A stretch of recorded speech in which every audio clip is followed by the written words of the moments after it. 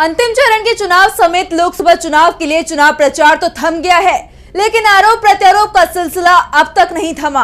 कहीं मोदी सरकार घिर रही है तो कहीं विपक्ष, लेकिन इस बार चुनाव आयोग भी निशाने पर है। कांग्रेस ने मीडिया से बातचीत के दौरान चुनाव आयोग पर कई आरोप लगाए हैं, आयोग की निष्पक्षता पर सवाल उठाए हैं।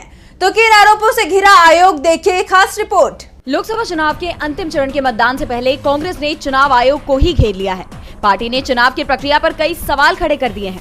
कांग्रेस महासचिव जयराम रमेश ने कहा कि हमने 77 दिनों में चुनाव आयोग से 117 शिकायतें की। ये शिकायतें आचार संहिता समेत कई अन्य उल्लंघनों के बारे में थी। इनमें 14 शिकायतें नरेंद्र मोदी की, 8 शिकायतें सीएम योगी की और 3 शिकायतें गृह मंत्री अमित शाह के खिलाफ की गई। इसके अलावा भी कई दूसरी शिकायतें हैं जिन पर कोई कार्रवाई नहीं हुई है। जयराम ने पीएम के खिलाफ, गृह मंत्री व बीजेपी के अन्य नेताओं के खिलाफ चुनाव आयोग की तरफ से इन शिकायतों पर कार्रवाई नहीं किए जाने पर अफसोस जताया। ये पहली बार नहीं है जब चुनाव आयोग में शिकायतों पर कार्रवाई को लेकर सवाल उठाए जा रहे हैं। विपक्ष चुनाव के शुरुआती दौर से ही आयोग पर दोहरा रवैया अपनाने के आरोप लगाते आया है।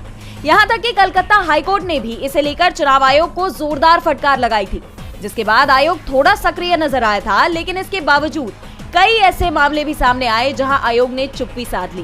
ताजा मामला, चुनाव प्रचार समाप्त होने के बाद पीएम मोदी के कन्याकुमारी जाकर विवेकानंद रॉक मेमोरियल में ध्यान लगाने को लेकर भी विपक्ष ने आपत्ति जताई।